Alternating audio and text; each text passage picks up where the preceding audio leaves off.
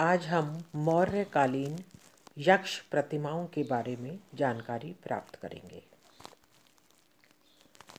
कला की परंपरा या प्रमाण उन महाकाय यक्ष प्रतिमाओं द्वारा प्राप्त होता है जो मथुरा से उड़ीसा, वाराणसी से विदिशा और पाटलिपुत्र के शूपरिक तक विस्तृत क्षेत्र में पाई जाती हैं।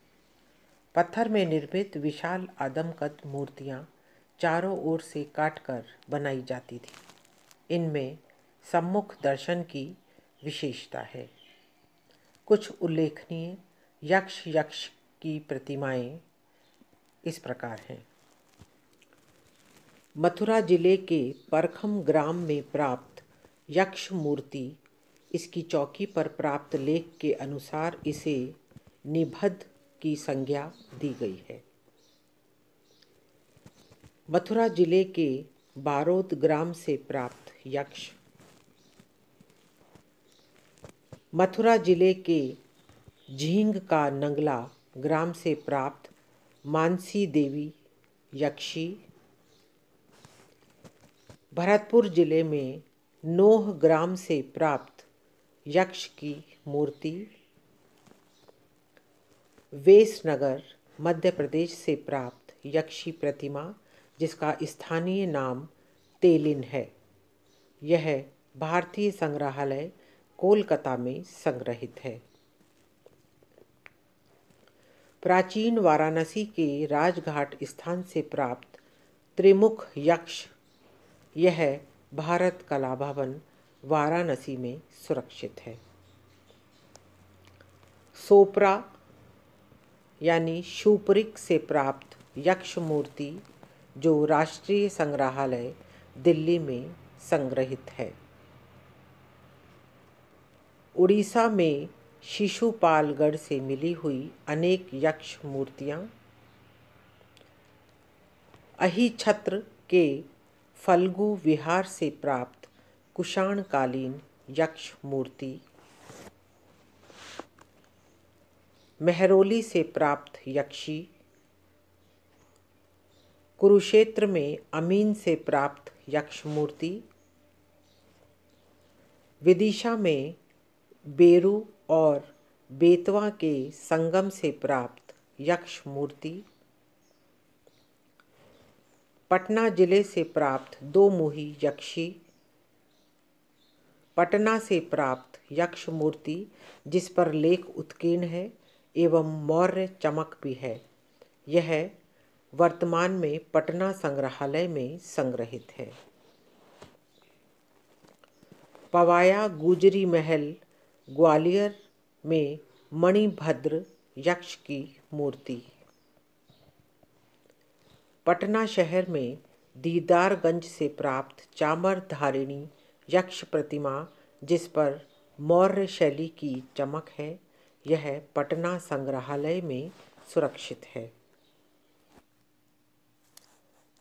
अब हम यक्ष प्रतिमाओं की विशेषताएं जानेंगे।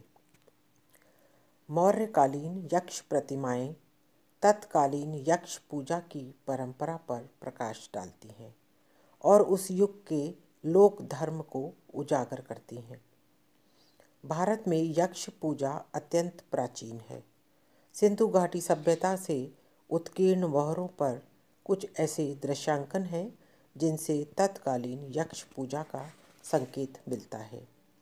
यही नहीं, वैदिक तथा पौराणिक साहित्य, महाकाव्यों और जैन बौद्ध साहित्य में यक्ष परंपरा के साक्ष्य प्राप्त हुए हैं। अथर्ववेद में यक्षों को पुण्य जनाः कहा गया है। रामायण में यक्ष को अमर कहा गया है। महाभारत में ऐसा विवरण है कि पुत्र की कामना करने वाली स्त्रियां यक्ष पूजा के लिए जाया करती थीं। मौर्य काल में बनी यक्ष प्रतिमाएं आदमकद हैं। इनका शरीर अत्यंत मांसल और बलिष्ठ है। ये चतुर्मुख दर्शन के आधार पर काटकर बनाई गई हैं।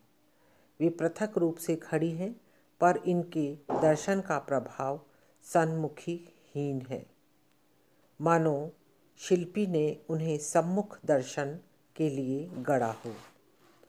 इनके वस्त्रों में सिर पर पगड़ी, कंधों और भुजाओं पर उत्तरीय जो छाती पर से होकर जाता है, कमर पर कटिबंध व घुटनों के नीचे तक की धोती है।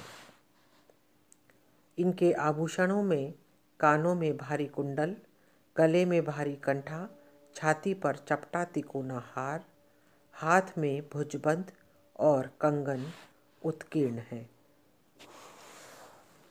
मौर्य युगीन चमकदार पॉलिश वाली एवं दीदारगंज से प्राप्त बालुए पत्थर की आदमकद चामर धारिणी यक्ष प्रतिमा, इन सभी यक्ष प्रतिमाओं में सुंदर, सजीव और नारी सौंदर्य का उत्कृष्टतम रूप प्रस्तुत करती है।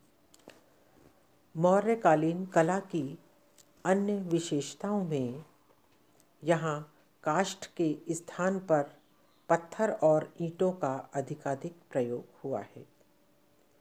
मौर्यकालीन कला की दूसरी विशेषता इस युग की एक प्रकार की चमकदार पॉलिश थी। पाटलिपुत्र का राजप्रासाद, दीदारगंज से पाई गई चामर धारिणी यक्षी और सारनाथ से मिले अशोक के शिला स्तंभ का शीर्ष इस प्रकार की पॉलिश के सुंदर नमूने हैं। मौर्यकालीन कला की तीसरी विशेषता धर्म का प्रचार थी। इस काल में बौद्ध तथा जैन धर्मों के चतुर्दिक प्रचार प्रसार में कला ने अपनी महत्वपूर्ण भूमिका निभाई थी। सम्राट अशोक ने बौद्ध धर्म के प्रचार प्रसार हेतु राज्य भर में अनेक स्थानों पर बौद्ध स्तूपों का निर्माण करवाया था तथा स्थान स्थान पर एक ही पत्थर से बने 30 से 40 फीट के ऊंचे स्तंभ खड़े करवाए, जिन पर अशोक के धर्मलेख अंकित करवाए थे। इन स्तंभों के शीर्ष पर पशु आकृतियां भी उकेरी गई हैं।